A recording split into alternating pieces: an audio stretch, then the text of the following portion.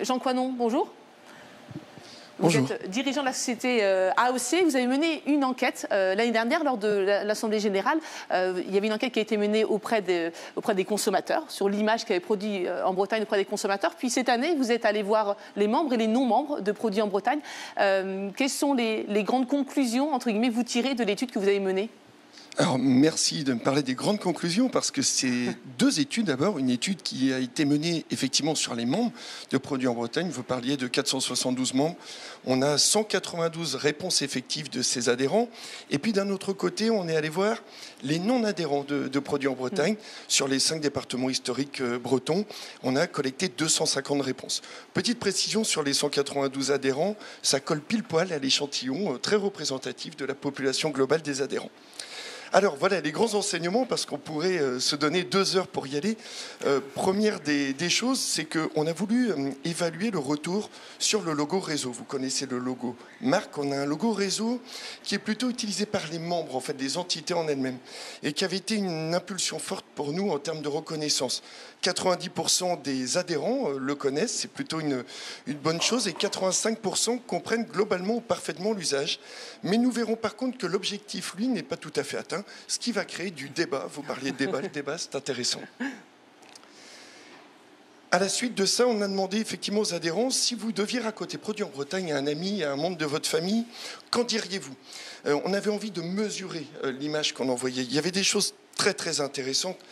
Il y avait une image de défense de l'emploi, c'est la raison d'être, c'est la mission première de Produits en Bretagne, la notion de repère, de défense des savoir-faire sur un territoire. Là aussi, c'est un élément très intéressant.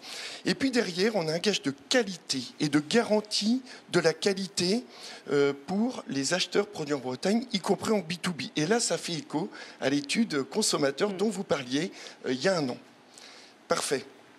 Alors derrière, on a été regarder la mission de Produits en Bretagne. La mission de Produits en Bretagne, c'est d'animer la dynamique économique, la dynamique culturelle, la responsabilité, de faire grandir les compétences également de ses membres, c'est un élément important. Et puis, bien évidemment, avec une finalité qui est de défendre l'emploi. La mission est globalement très bien reconnue par ses adhérents, ce qui est plutôt une excellente chose. Mais on a quand même quelques signaux faibles à redresser. Il faut en avoir conscience, qui ne sont pas des mauvaises évaluations, mais qui demandent à être encore plus entérinées.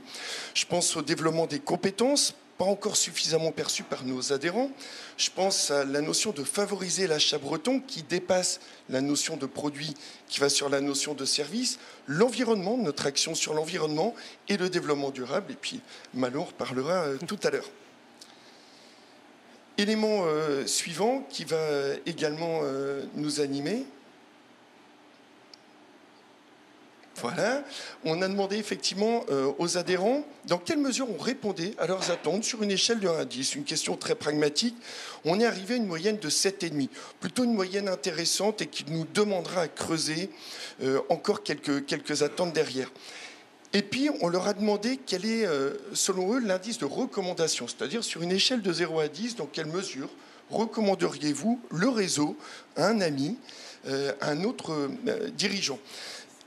Un indice de recommandation de 46, c'est remarquable. Sachez qu'en B2B, dans nos expériences, dans tout ce qu'on peut observer, dès lors qu'on excède un indice de recommandation de 30, on arrive dans l'excellence. Et ça, c'est plutôt une très bonne chose. On leur a demandé qu'est-ce qui nous permettrait d'améliorer ce score. Il y a vraiment 2 choses au niveau des adhérents.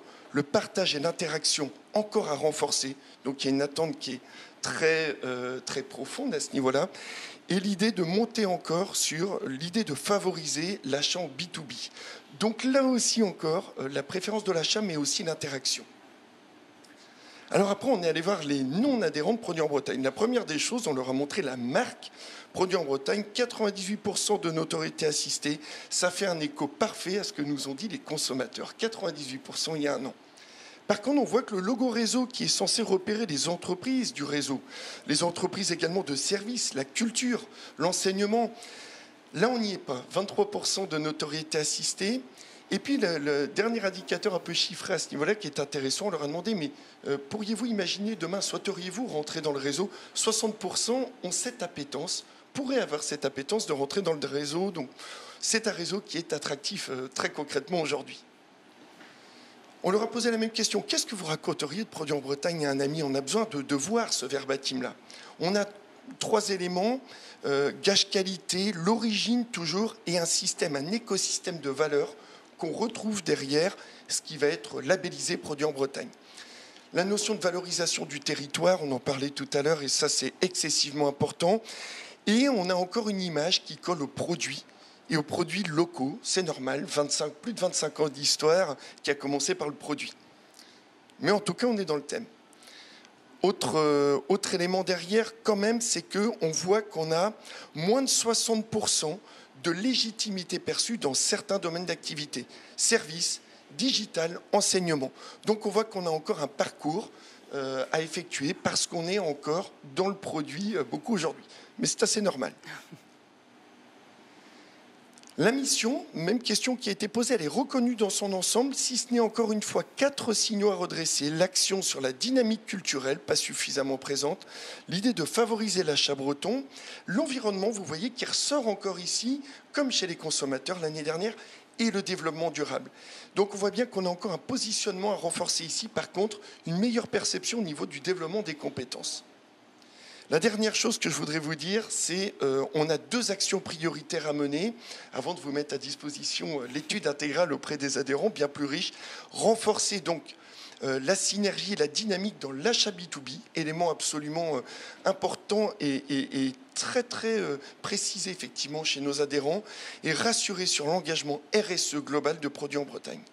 Voilà en tout cas les grands enseignements. Merci beaucoup pour tous les détails de cette étude. Loïc, quand vous voyez cette étude, quel constat en faites-vous? Quels enseignements en tirez-vous? Écoutez, déjà, ça fait référence à la création de produits en Bretagne. Et nos fondateurs, parmi nos fondateurs, et je pense à Jean-Claude Simon, le premier président de Produits en Bretagne, étaient des hommes de marketing et donc avaient une très forte culture de l'écoute des attentes de nos membres, des citoyens bretons, et ont su faire progresser Produits en Bretagne au fil des années. Et aujourd'hui, je retiens quand même, après 27 ans, que nos membres sont de formidables ambassadeurs du réseau. Donc c'est extrêmement satisfaisant pour nous tous. Et puis on a, comme l'a précisé Jean, quelques petits points qui méritent redressement. Ça tombe un peu bien, parce que c'est exactement les sujets sur lesquels on travaille et que l'on va présenter aujourd'hui notamment. Oui, pour le coup, c'est plutôt positif. Entre guillemets, ce qu'on attend de vous, c'est ce que vous êtes en train de mettre en place. C'est très enthousiasmant.